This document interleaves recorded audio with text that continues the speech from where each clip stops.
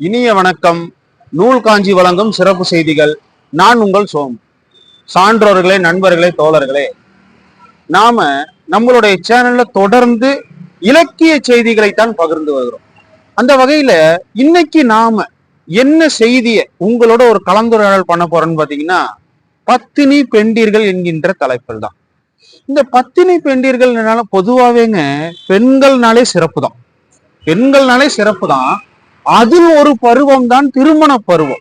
அந்த திருமண பருவத்துல திருமணம் செய்த பெண்களைத்தான் பத்தினி பெண்டீர்கள் என்பார்கள். பெண்டீர்கள்னா இன்னைக்கு நம்ம பெண்கள்னு சொல்றோம் இல்லையா, அன்னைக்கு பெண்கள்னு சொல்ல மாட்டாங்க, பெண்டீர்கள் தான் சொல்லுவாங்க. பெண்டீர்கள்னா அனைத்து பெண்களும் சேர்ந்து வரும். அப்படி திருமணமான பெண்களைத்தான் பத்தினி பெண்டீர்கள் என்று சொல்வார்கள். நாம் அதை பற்றி தான் பார்க்க போறோம். அதற்காக நாம் எடுத்துக்கொண்ட ஒரு செய்யுள், ஒரு காப்பிய நூல்னு வச்சு, ஒரு காப்பிய நூல். அந்த காப்பிய நூல் தான் நம்ம அந்த பேரை எடுத்திருக்கிறோம். அவர் பேர் மாதவி.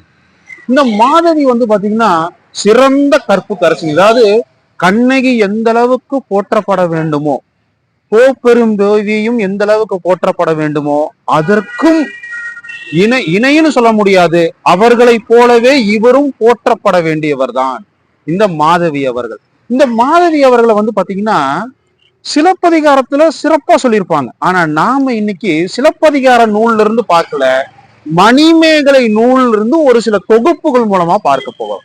இந்த மணிமேகலை நூலை எழுதியவர் யாருன்னு கேட்டீங்கன்னா, புலவர் கூலவணிக சாத்தனார். இவர் தான் இந்த நூலை எழுதியிருக்காரு. இந்த நூல் அவர் எழுதி எந்த இடத்துல இந்த நூலை பத்தி சொல்ல வராருங்கிறது அது ஒரு தனி அழகுங்க. எந்த இடத்துலன்னு பாத்தீங்கன்னா, மூதூர் அப்படிங்கிற அந்த நாட்டுக்கு வர்றாரு. இந்த மூதூருங்கிறதுங்க பாண்டியர்களுடைய நாடு. இந்த நாட்டுல அன்னைக்கு ஒரு விழா. அந்த விழால பங்கேற்பதற்காக அந்த புலவர் வராரு. அப்படி வரும் பொழுது இந்த விழாவை பத்தி மன்னரை முதல்ல வாழ்த்துறாருங்க. அதுதாங்க முதல்ல தனி அலைங்க. அதாவது எப்பவுமே பாருங்களேன், நாம் ஒரு இடத்துக்கு போகும்போது இன்னைக்கும் நமக்கு இருக்கக்கூடிய ஒரு நல்ல பழக்கம் என்னன்னு கேட்டீங்கன்னா, வாழ்த்தக்கூடியது. அந்த வாழ்த்து எதுக்குன்னு கேட்டீங்கன்னா, நம்மை சுற்றி இருப்பவர்களும் நல்லா இருக்கணும், நாமும் நல்லா இருக்கிறதுக்கு அது ஒரு வாய்ப்பா அமையும். அப்படிதான் இந்த புலவர் முதல்ல அந்த மன்னரை வாழ்த்துறாரு. அது எப்படி வாழ்த்துறாரு பாருங்களா, அது ஒரு அழகிய செய்யுளுங்க. அது பாருங்க, மூதூர் வாழ்க என்று ஏத்தி வானம் மும்மாறி பொழிக மன்னவன் கோல் நிலையா. எப்படிங்க? மன்னவன் கோல் நிலையா திரியா கோலோன் ஆக. உன்னுடைய கோல் நீ தெரியாம இருக்கட்டும்பா அப்படின்னு சொல்றாருங்க. அடுத்தது, தீவக சாந்தி செய்தரு நல் நாள். இந்த நல் நாள்ல 1000 கண்ணோன். இந்த விழா பார்க்கறதுக்கு 1000 கண் வேணும் அப்பா. இந்த விழா பார்க்கறதுக்கு 1000 கண் வேணும். தன்னோடு அங்கு உலா நல்வேறு தேவரும் நலந்தகு சிறப்பில். எப்படி சொல்றாரு பாருங்க, வாழ்த்துறாரு பாருங்க. பால்வேறு தேவரும் இப்பதிக படர்ந்து மன்னன் கரிகால வளவன் நீங்கிய நாள். அதாவது இந்த விழா எதுக்கு கொண்டாடுறாங்கன்னா, பாண்டிய நாட்டை சோழர்கள் ஆட்சி செய்து கொண்டிருந்தார்கள். அப்படி பாண்டியர்களுடைய நாட்டை பாத்தீங்கன்னா கரிகால வளவன் தான் நல்லா பிடிச்சாருங்க. அவரு, அதாவது அந்த சோழர்கள் நீங்கிய நாள்.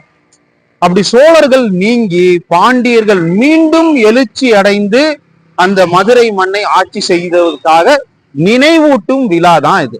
அந்த விழாவில் இந்த மன்னரை வாழ்த்துறாரு. எப்படி ஒரு வாழ்த்து செய்து பாருங்க. இப்படி வாழ்த்திட்டு அந்த மன்னன் சொல்றாரு, தான் எழுதிய காப்பியம் மணிமேகலை என்னும் இந்த காப்பியத்தை பத்தி உங்கள்கிட்ட சொல்றேன் அப்படின்னு சொல்றாரு. அதற்கு மன்னரே சொல்றாரு. எப்படி சொல்றாருன்னா, இனியது உரைக அப்படிங்கிறார்.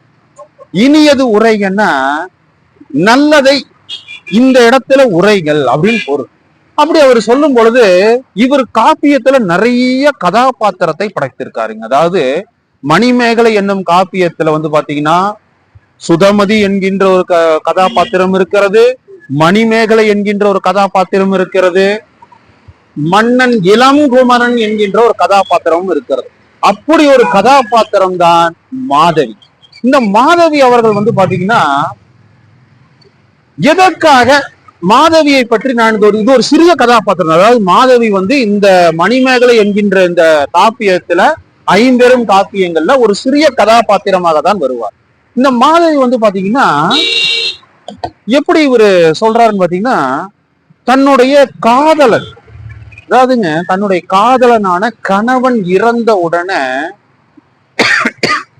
இவரு பெரும் துயரத்துக்கு ஆளாகி விடுகிறார். அந்த துயரத்திலிருந்து இவர் மீளணுமா.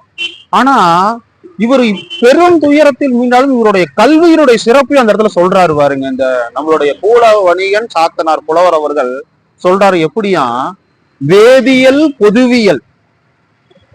இந்த வேதியியல் பொதுவியல்னாங்க, வேதியியல்னா அரசவையில ஆடக்கூடிய நடன கலை என்றும் பொருள் உண்டு. வேதியியல் என்றால் பொதுமக்கள் பார்க்கக்கூடிய மேடையில் ஆடக்கூடிய நடனம் என்றும் பொருள் உண்டு. இப்படி கலைகளில் சிறந்து விளங்கக்கூடியவர் தான் இந்த மாதவி.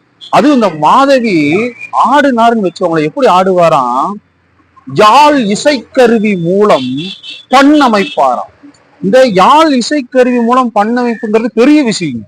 அதாவது இன்னைக்கெல்லாம் வந்து பாத்தீங்கன்னா வீணையின் மூலமாக நீங்க ஒரு பாடல் கேட்கும்போது உங்க மனம் எப்படி மகிழ்ச்சி அடையுது. அன்னைக்கு இந்த யாழ் தான் இருந்தது. இந்த யாழ் மூலமாக பண்ணமைத்து பாடக்கூடிய ஆற்றல் பெற்றவர் இவர். வந்து பாத்தீங்கன்னா அப்படி பாடக்கூடிய பாடல்ல வந்து எப்படி சொல்றாங்கன்னா, இதை வந்து பாடை பாடல் அப்படின்னு ஒரு வரி வருதுங்க. இப்ப நமக்கெல்லாம் இந்த பாடை பாடல்னு என்ன தெரியுங்க, அதாவது இறந்த உடனே பாட கட்டுறதுங்கிறது ஒரு பொருள் உண்டு. இன்னொரு பொருள் இருக்குதுங்க. அந்த பொருள் என்னன்னு கேட்டீங்கன்னா, குறி வைத்து பாடுவது. அதாவது இது எப்படி சொல்லுவாங்கன்னா, சங்கத மொழி அப்படிம்பாங்க. அதாவது சங்கத மொழி என்றால் ஒரு நடன அசைவுகள் மூலமாக அவர்களுக்கு மட்டுமே புரியக்கூடிய அளவுக்கு அந்த மொழி பேசுவது. இப்போ பொதுவா சொல்லணும் அப்படின்னா, ஒரு காதலனும் ஒரு காதலையும் பேசிக்கிறது பக்கத்துல இருக்கிறவங்களாலேயே கண்டுபிடிக்க முடியாது. அப்படி பேசுறாங்க இல்லைங்களா, அது மாதிரிதான் இந்த மொழி. அவர் நடன அசைவுகள் மூலம் மிக அழகாக அதை செய்வாராம். அதற்கு பாடை பாடல் அப்படின்னு ஒரு பொருள் உண்டுங்க. இப்படியெல்லாம் இவர் கலைகளில் திறம் பெற்று வளர்ந்த இவர் தன் காதலனான கோவலன் வீழ்ந்தவுடன் மீளா துயரத்தில் போயிடுறாரு. அதனால இவர் என்ன யோசிக்கிறாருன்னா, நம்ம இந்த துயரத்திலிருந்து மீளணும் அப்படிங்கிறதுக்காக நல் தவம் புரிகிறார். நல் தவம் புரிந்து தன்னுடைய பெண்மையனும் நாணத்தை துறக்க எண்ணுகிறார். ஓ, இந்த இடத்துல நீங்க ஒரு பெண்ணோட நாணம் இருக்கு பாத்தீங்களா, அதை வந்து நம்ம ஒரு வார்த்தையில கடந்து போகி விட முடியாது. இதுக்கு நான் ஒரு சின்ன ஒரு எடுத்துக்காட்டு சொல்றேன். இன்னைக்கு கூட பாருங்களேன், பல பெண்கள் இளம் வயதிலேயே தங்களுடைய கணவரை இழந்தவுடன், அதாவது அவர்களுடைய கணவரை இழந்த உடனேயே அவங்க இன்னொரு கணவனை பெரும்பாலும் பெண்கள் செய்து கொள்றதில்லை. அதாவது 100க்கு வெறும் ஒரு 5 பெண்களோ அல்லது 10 பெண்களோ தான் மறுமணம் செய்து கொள்கிறார்கள். மீதி பெண்களை மறுமணம் செய்யக்கூடாது என்று நாம் சொல்லவில்லை, அவங்க செஞ்சுக்கிறது இல்லை. என்ன காரணம்னா, அவர்கள் அந்த அவர்களுடைய காதலனுடைய வாழ்ந்த வாழ்க்கையை எண்ணியே வாழ்ந்து விடுகிறார்கள். அப்படி வாழும் பொழுது அவங்களுடைய குழந்தை முகத்தை பார்த்து அவர்கள் மனதை ஒருமுகப்படுத்தி வாழ்ந்து விடுகிறார்கள். இதுவும் கூட தங்களுடைய நாணத்தை இவர்கள் கட்டுப்படுத்தி வாழ்கிறார்கள். ஆனால் இங்கே மாதவி என்ன பண்ணுகிறார், நாணத்தை துறக்க எண்ணுகிறார். எப்படின்னா, நல் தவம் புரிந்து தனக்கு இன்னொரு கணவன் வேண்டாம், நான் வாழ்ந்த வாழ்க்கை என் கணவனோடு மிக சிறப்பாக வாழ்ந்து விட்டேன், அவர் இன்னைக்கு இல்லை, இன்னொருவரை நான் என் மனதளவிலும் நினைக்க முடியாது, உடலளவிலும் பார்க்க முடியாது, அதனால் நான் இவரை துறக்க எண்ணுகிறேன் என்று சொல்லி இவர் அந்த நாணத்தை துறக்கிறதுக்கு ஒரு செய்யுள் எழுதியிருக்காரு பாருங்க. அது ரொம்ப அழகான வார்த்தைங்க. அந்த வார்த்தைகள் தான், அதாவதுங்க இந்த மாதிரி நம்ம காப்பியங்கள்லாம் கேட்கும் பொழுது ஏன் நம்ம கேட்கணும்னா நம்ம மனம் மகிழ்ச்சி அடையுங்க. இன்னைக்கு நம்ம நிறைய தேவையற்ற செய்திகளை கேட்டங்காட்டி தான் நம்ம மனங்கள் அதிகமா புண்படுது. நீங்க நல்ல செய்திகளையும் நல்ல வார்த்தைகளையும் கேட்டு பாருங்க, நம்ம மனம் ஏற்படும் மகிழ்ச்சிக்கு எல்லையே கிடையாது. அப்படித்தான் இது அந்த செய்யுள் பாருங்க. வயந்த மாலைக்கு மாதவி உரைக்கும் காதலன் உற்ற கடுந்துயர் கேட்டு. காதலன் உற்ற கடுந்துயர், அவன் இறந்து போன கடுந்துயர் கேட்டு போதெல்லாம் செய்யா உயிரோடு நின்ற. அவன் இறந்த செய்தியை கேட்டு இவ உயிரோடு நிற்கிறாளாம். ஆனாலும் உடம்பில் உணர்ச்சி இல்லை, சிந்தனை இல்லை, இப்படி எல்லாம் அற்று போய் இருக்காராம். பொன்கொடி மூதூர் பொருளுரை இழந்து, அதாவது இந்த மூதூர் நாட்டுலதான் அவர் இருக்காரு. பொருளுரை இழந்து நல்தோடி நங்காய் நாணன் துறந்து அப்படிங்கிறாரு. அப்படி இவர் தன்னுடைய நாணத்தை துறந்து தவ வாழ்க்கையை மேற்கொள்ள ஆரம்பிக்கும் விடமாக இவர் சொல்லி முடிக்கிறார். நாமும் இந்த காப்பியத்தை இந்த இடத்தில் முடிக்கிறோம். ஏன்னா இதில் இன்னும் நிறைய செய்திகள் இருக்கிறது. உங்களுக்கு நீங்க வேணும் அப்படின்னா நீங்க மணிமேகலை காப்பிய நூலை வாங்கி படித்து பாருங்கள். நாம் இந்த செய்திகளை இன்னும் தொடருவோம். நான் சொன்ன இந்த செய்தி உங்களுக்கு பிடித்திருந்தா ஷேர் பண்ணுங்க, லைக் பண்ணுங்க, உங்களுடைய கருத்துக்களை கொடுங்க. நன்றி. மீண்டும் சந்திப்போம்.